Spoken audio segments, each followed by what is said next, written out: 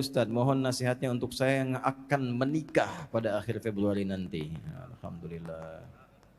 Alhamdulillah. Rangkaian ta'aruf, nazar, khitbah insyaallah sesuai sunnah telah saya lalui. Namun setelah menikah nanti kami akan terpisah atau dipisahkan karena tempat kami bekerja. Akhwatnya di kota A dan ikhwannya di kota B. Namun ikhwannya mempunyai planning bahwa setiap 2 minggu sekali bertemu pada akhir pekan. Wah, ini anak muda nih. Mohon doanya dan nasihatnya Ustadz untuk kami yang menjalani LDM, long distance marriage. Ini nantinya. Baiklah. Quran surah keempat ayat 34. Paling kiri sebelah atas di mushaf. Bismillahirrahmanirrahim. Ar-rijalu qawwamuna 'alan nisa' bima faddalallahu ba'dahum 'ala ba'dhin wa bima anfaqu min amwalihim. Satu. Untuk laki-laki dulu. Ar-rijalu, para suami disebut dengan rijal, jamak dari kata rajul. Rajul itu merawat, menyayangi, melindungi, memberikan kebutuhan.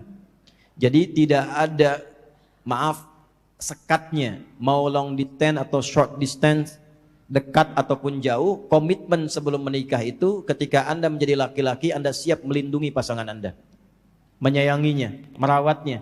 Jangan jadikan alasan ketika jaraknya jauh, fungsi itu tidak muncul. Untuk apa menikah?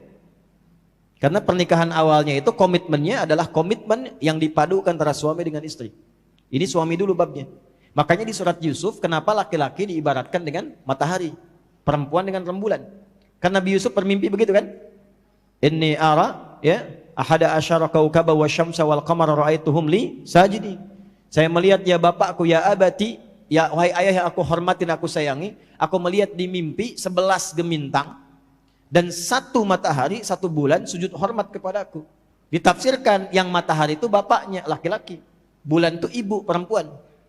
Kenapa laki-laki diibaratkan matahari? Karena konsep matahari itu satu, melindungi, menyengat. Ya. Yang kedua, mengeringkan. Kalau jemur kan dikeringkan kan? Ya, melindungi. Ketiga, memberikan manfaat. Tadi saya masuk duha, Masya Allah.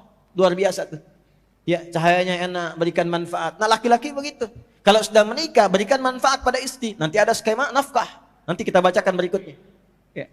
Yang kedua apa? Lindungi. Kalau ada yang mengganggu, sengat. Ya. Sengat. Yang ketiga apa? Menyayangi. Seperti istri, itu kan? Mencuci kering pakaiannya oleh matahari. Ya, perempuan juga istri kalau sedang sedih, ada air mata di pipinya, keringkan oleh suami. Datang, berikan kasih sayang. Istri sedih, suami yang senangkan. Assalamualaikum mama, Masya Allah. Kok cantiknya ada putih-putihnya, ada hadiah, oh iPhone 14, langsung hilang air matanya. Nah, gitu. Ya. Nah, perempuan seperti bulan nanti kita bahas. Ya, perempuan yang rembulan, tampil indah, menyenangkan, kalau dipandang enak dilihat, membahagiakan seperti Sayyidah Khadijah. Suami pulang capek dari kantor, lihat wajah istrinya setengah capeknya hilang. Bisa nggak begitu tuh? Ya, pulang ke rumah lihat lagi tambah capek gitu kan. Ya, setengah capek hilang, rembulan. Dan jangan dibalik. Di istri yang jadi matahari, laki-laki yang jadi rembulan. Nah, ini kadang sering terjadi gitu ya. Hal demikian tidak. Konsepnya tempatkan. Jadi satu yang tadi yang pertama, komitmen itu. Walaupun Anda katakan jaraknya jauh, komitmen itu dibangun. Yang kedua, jauh pergi itu untuk nafkah, bukan untuk bepergian. Wa bima anfaqu min amwalihim.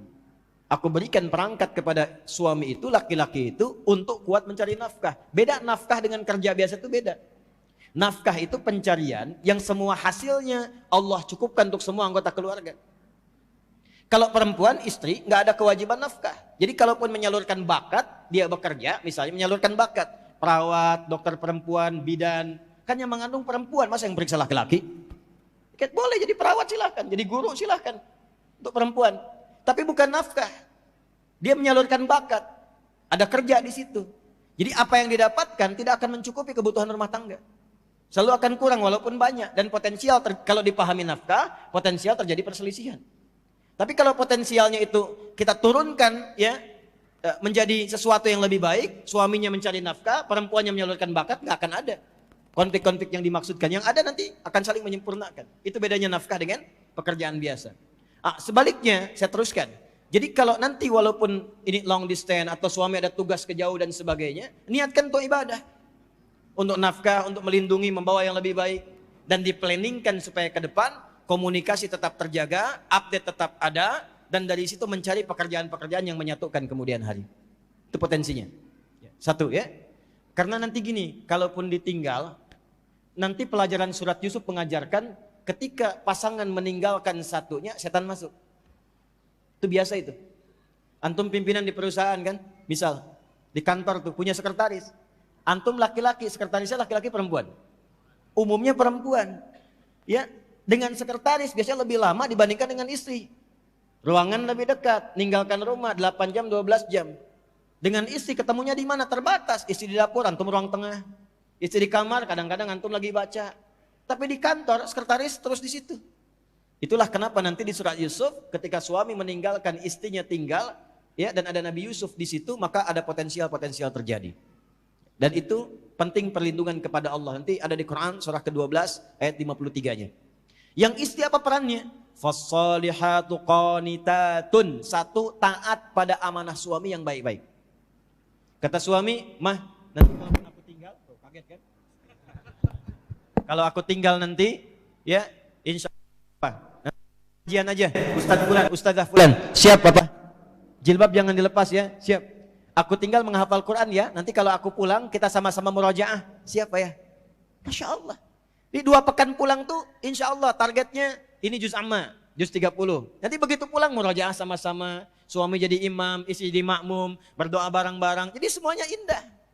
Ketika video call, amma yatasaalun anin nabail azim. Udah enggak begitu juga ya. Ya baca pakai tajwid ya. Oke, itu indah karena punya program. Kemudian yang terakhir, hafizatul lil ghaibi bima hafizallah. Jaga nama baik suami ketika tidak sedang bersamanya. Kehormatan dijaga. Jaga. Jangan sampai ketemu suami jauh dibicarakan yang enggak harus dibicarakan. Kemarin menikah, iya alhamdulillah, ramai enggak? Alhamdulillah. Suami bagaimana? Iya di situ masalahnya tuh jauh ya. Mulai itu keluar. Ya, jaga ya. Nah, saya kira mudah-mudahan membawa yang lebih